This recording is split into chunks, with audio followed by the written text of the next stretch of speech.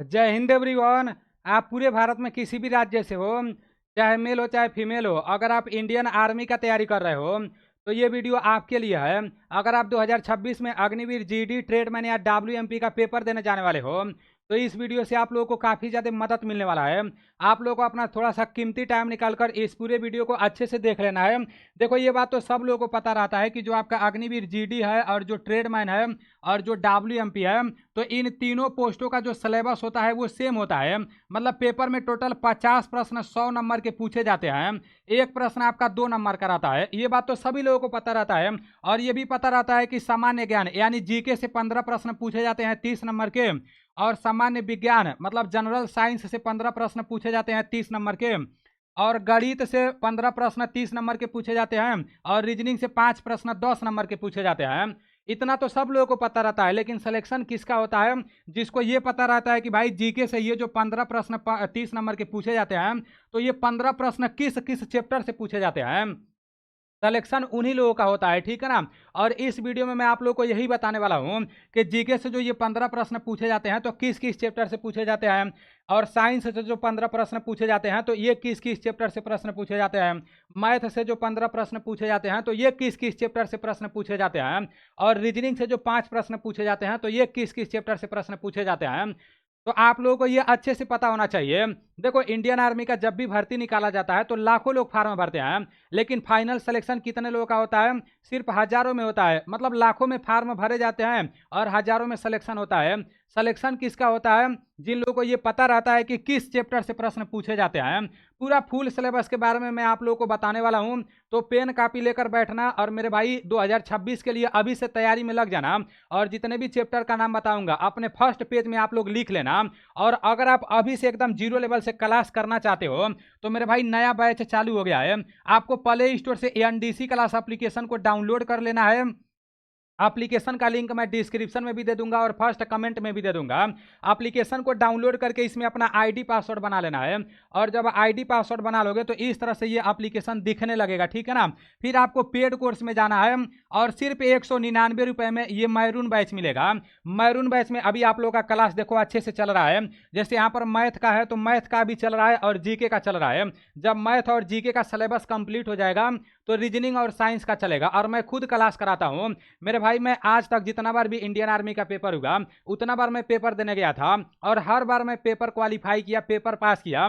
और इस साल इंडियन नेवी में मतलब मैं फाइनल सिलेक्शन भी लिया, मेरा ज्वाइनिंग लेटर भी घर आया। लेकिन मैं ट्रेनिंग करने नहीं गया। क्यों नहीं गया? आप ही लोगों की वजह से नहीं गया, क्योंकि मैं इधर क्लास कराता हूँ और बहुत अच्छा रिजल्ट निकलता है। मैं खुद इंडियन आर्मी का पेपर पास किया हूँ, उसके बाद से क्लास कराता हूँ। मेरे भाई, पेपर में बैठा हूँ, प्रश्नों को देखा हूँ कि किस टाइप के प्रश्न आपके पेपर में पूछे जाते हैं। जैसे 2024 में जो पेपर हुआ था ना, तो उसमें 2011 के जनगणना से रिलेटेड मतलब हर शिफ्ट में प्रश्न पूछा जा रहा था।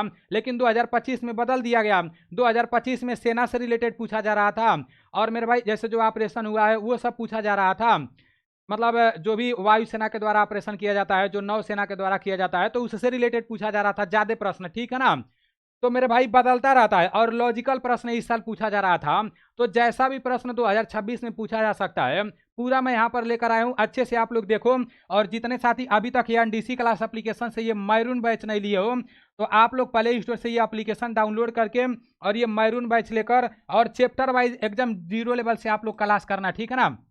क्योंकि इसमें मैं खुद क्लास कराता हूँ बहुत अच्छे तरीके से। अगर आपको मैथ में कुछ भी नहीं आता होगा ना, तो आप ये एनडीसी क्लास एप्लीकेशन से मैरून बैच लेकर और शुरू से क्लास करके एक बार देखना। ठीक है ना? बस 1 महीने का टाइम देकर देखना, फिर आप मैथ में 15 में से 15 करके आओगे। इतना मैं गारंटी के साथ बोल रहा हूँ। ठीक है ना?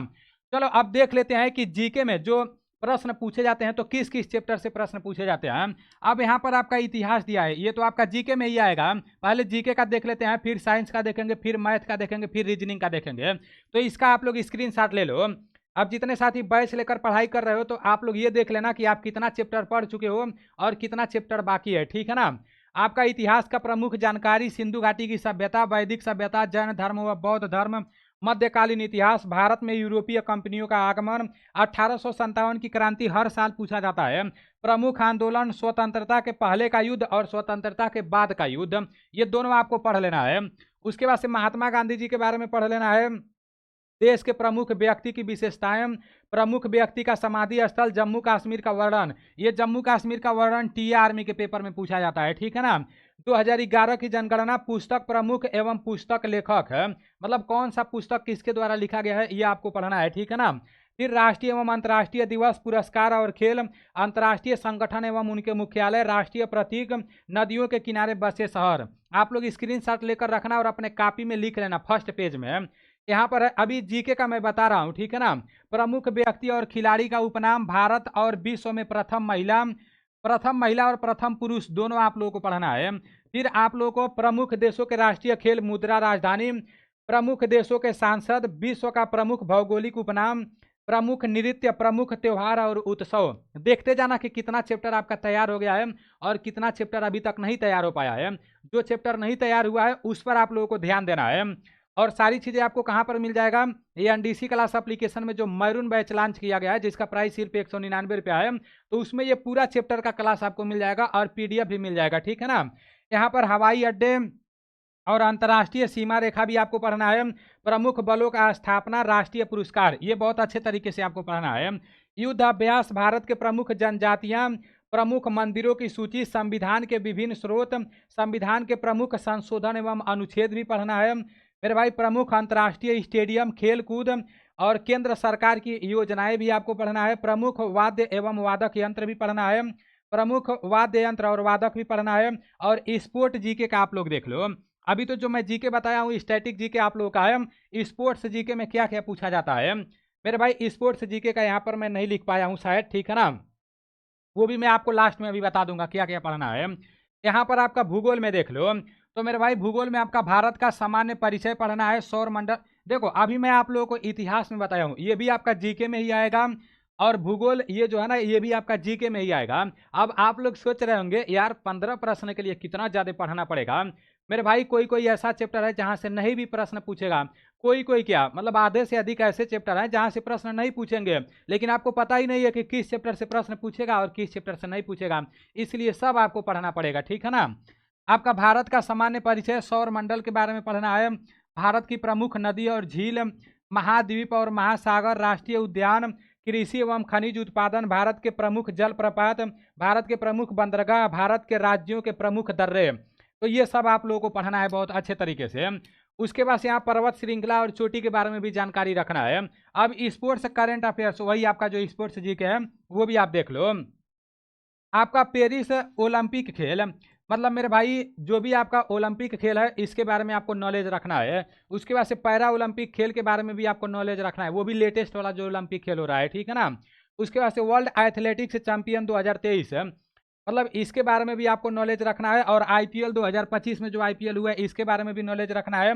आईसीसी चैंपियन ट्रॉफी 2025 के बारे में भी नॉलेज रखना है। आईसीसी टेस्ट चैंपियन 2025 के बारे में भी नॉलेज रखना है, क्योंकि मेरे भाई स्पोर्ट्स से इतने चैप्टर से आपके पेपर में प्रश्न पूछे जाते हैं, इसको आप लोग याद रखना।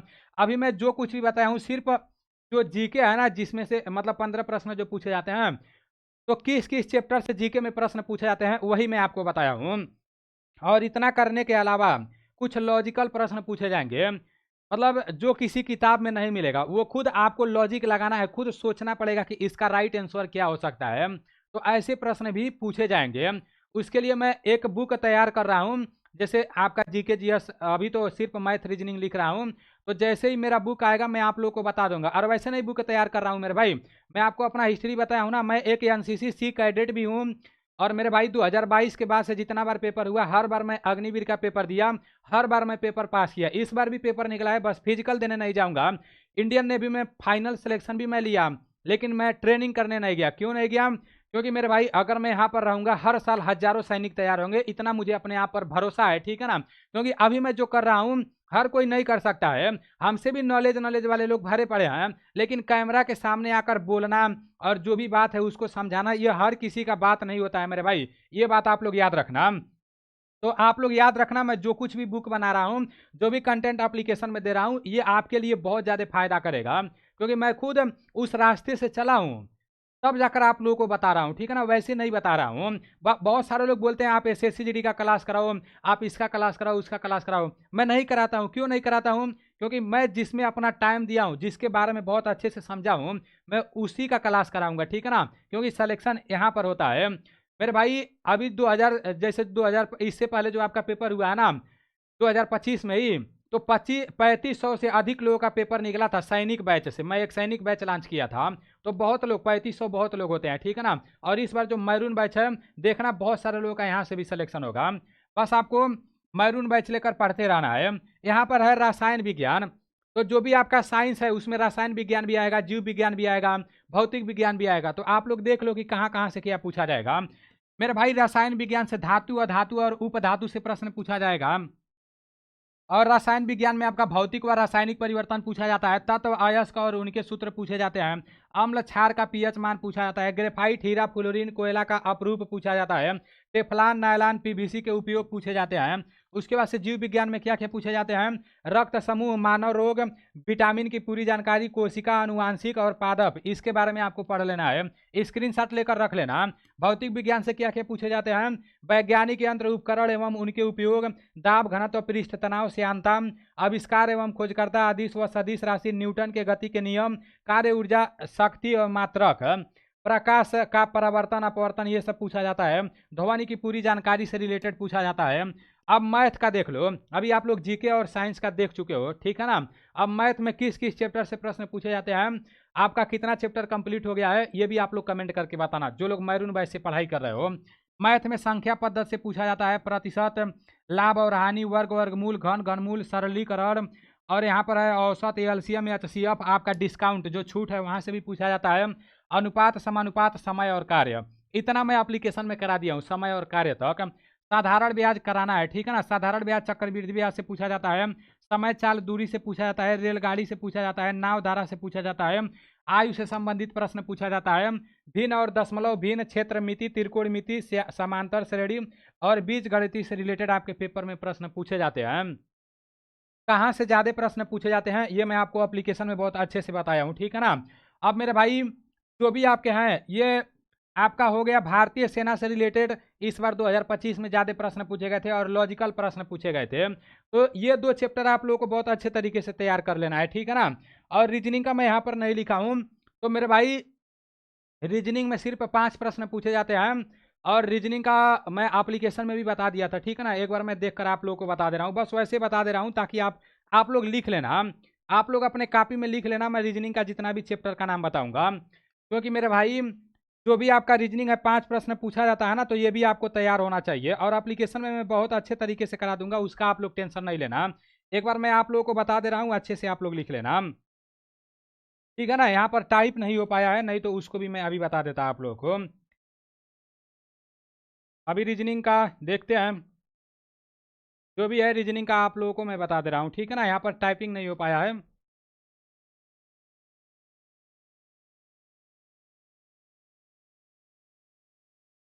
चलो आपका रीजनिंग का लास्ट में मैं बाद में मैं आप लोगों को बता दूंगा, अभी यहाँ पर टाइप नहीं हो पाया है। लेकिन रीजनिंग से जो प्रश्न पूछे जाते हैं नॉर्मल प्रश्न पूछे जाते हैं, कोडिंग डिकोडिंग से ज़्यादा प्रश्न पूछे जाते हैं, ठीक है ना। चलो ठीक है, फिर मिलते हैं अगले वीडियो में। जितना भी बताया हूँ बहुत अच्छे तरीके से पढ़ाई करते रहना। और मेरे भाई ये जो आपका मैरून बैच है, इससे आप लोग का तैयारी बहुत अच्छे तरीके से होगा। जितने भी साथी 2026 में पेपर देने जाने वाले हो, अभी तक कहीं से कोई पढ़ाई नहीं कर रहे हो, तो आप बहुत बड़ी गलती कर रहे हो। जब आप फार्म भर कर पढ़ाई करोगे तो फाइनल सिलेक्शन होने का बहुत कम उम्मीद रहेगा। अभी से पढ़ाई में लग जाना मेरे भाई। तो देख लेना आप लोग, बहुत अच्छे से क्लास चल रहा है। मिलते हैं अगले वीडियो में। जय हिंद।